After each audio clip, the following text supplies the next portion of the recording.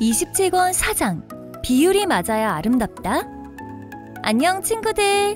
딱 알맞은 크기야의 네 번째 이야기, 비율이 맞아야 아름답다를 만나볼 차례예요. 알맞은 크기와 비율은 어떤 관계가 있을까요? 비율은 우리가 사물을 볼 때 느끼는 감정에 큰 영향을 준답니다. 비율의 비밀 속으로 출발! 먼저 교과 과정과 어떻게 연계되는지 살펴볼게요. 아름다움을 느끼는 비율에 대한 내용은 초등 6학년 수학의 비례식과 비례배분, 초등 6학년 미술의 공간을 생각하는 건축, 그리고 중등 미술의 미술과 소통 단원과 연계되어 있어요. 먼저 비율이 뭔지 말의 뜻부터 알아보는 게 좋겠죠? 비율은 길이나 크기 또는 양을 비교하여 수로 나타낸 것을 뜻해요. 생활 속에서 흔히 접하는 비율을 예로 들면 밀가루와 물의 양을 2대1로 섞어서 반죽해야 돼 같은 말처럼 요리에도 비율이 필요하죠. 그리고 외모가 멋져 보이는 사람의 기준으로 팔등신이라는 말도 쓰죠. 팔등신은 얼굴의 세로 길이가 키의 8분의 1이 되는 신체 비율을 말해요. 이 때문에 굽이 높은 신발을 신기도 하죠. 그러면 다리가 길어 보여서 팔등신이 아닌 사람도 팔등신인 것처럼 보이게 하는 거죠. 보기 좋은 신체나 맛있는 음식을 위해 맞추려고 애쓰는 비율은 특히 예술 분야에서 중요해요. 눈으로 보고 아름다움을 느껴야 하니 그렇겠죠? 인류 미술 중 최고의 걸작으로 꼽히는 모나리자도 마찬가지예요. 대부분의 사람이 아름답다고 느끼는 데에는 분명 이유가 있겠죠? 모나리자에서 사람들이 가장 주목하는 부분은 입가에 번지는 듯한 미소예요. 웃는 듯 안 웃는 듯 머금은 미소는 레오나르도 다빈치가 사용한 덧칠 기법으로 탄생했어요. 수십 번 색깔을 덧입히는 과정에서 윤곽이 뚜렷이 보이지 않는 효과를 만들어낸 거예요. 대박! 하지만 미소 하나만으로 모나리자의 아름다움을 설명하기엔 부족해요. 그림 전체에서 느껴지는 인상이 중요한데 그것은 비율이었어요. 턱과 코의 비율, 인중과 입술의 비율, 입술과 턱의 비율 등이 모두 안정적으로 보이며 같은 비율로 그려졌다는 사실이에요. 이 때문에 모나리자는 실존 인물이 아닐 거라는 추측을 하기도 해요.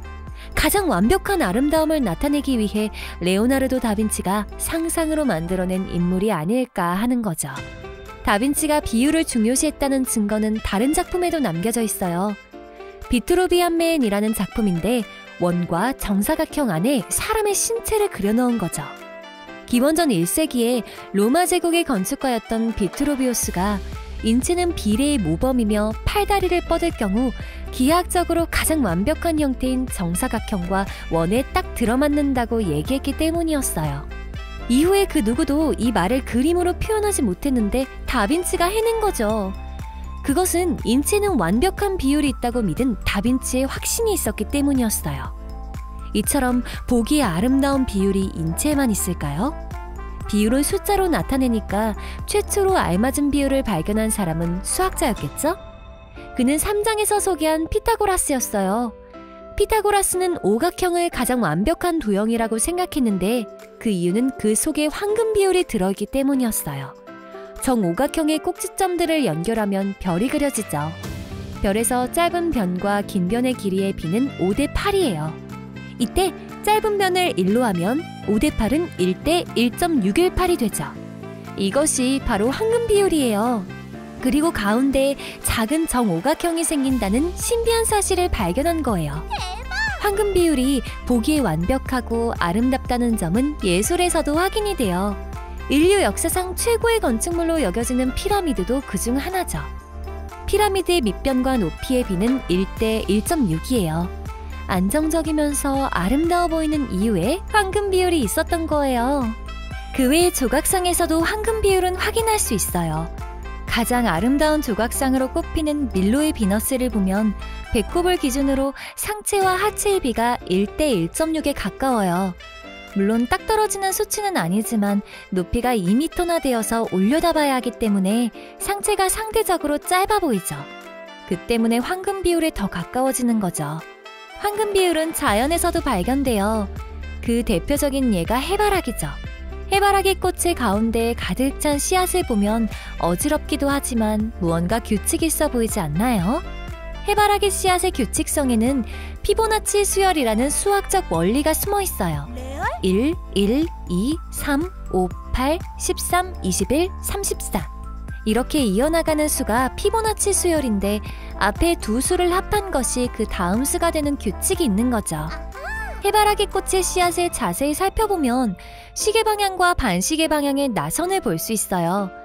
나선의 수는 해바라기의 크기에 따라 다르지만 대개 시계 방향으로 21개와 반시계 방향으로 34개 또는 34개와 55개처럼 이웃한 피보나치 수로 이루어진답니다. 이 피보나치 수열이 황금 비율과 관계가 깊어요. 피보나치 수열의 수를 바로 앞의 수로 나누어보죠.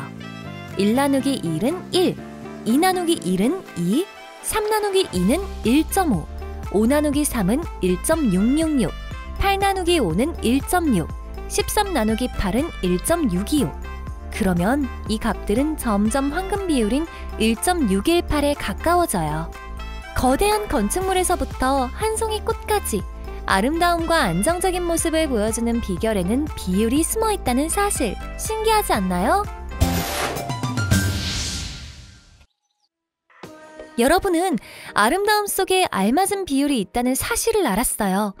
그런데 비율이 숫자로만 나타나는 것은 아니에요.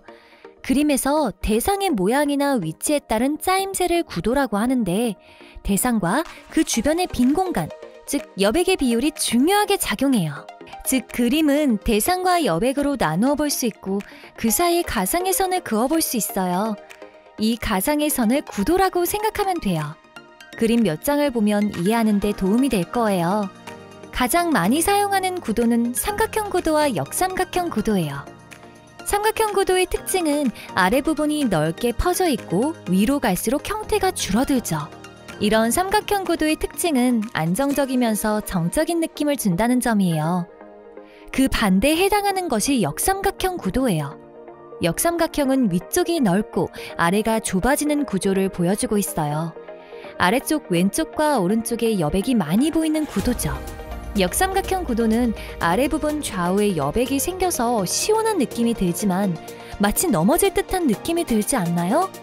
안정감의 반대인 긴장감이 느껴지는 거죠. 또 다른 구도의 예를 볼게요. 풍경화의 구도에서 많이 볼 수 있는 호선형 구도가 있어요. 이런 구도는 해변의 풍경에서 많이 볼 수 있죠. 이런 구도는 잔잔함 속에 움직이는 듯한 율동감을 느끼게 해준답니다. 이 세 가지가 가장 대표적인 구도이고 퍼져나가는 듯한 느낌을 주는 부채꼴 구도, 통일감과 집중감을 주는 방사형 구도, 온화한 안정감을 주는 아치형 구도 등 다양한 구도들이 있어요. 이처럼 그림을 그릴 때에도 대상과 배경의 비율을 활용해서 다양한 느낌을 줄 수 있어요. 여러분도 그림을 그릴 때 이런 구도를 생각하면서 그리면 자신이 주고자 하는 느낌을 잘 전달할 수 있을 거예요. 아름다움을 느끼게 하는 비율에 대한 영상은 여기까지예요. 그럼 다음 영상에서 다른 주제로 또 만나요. 안녕!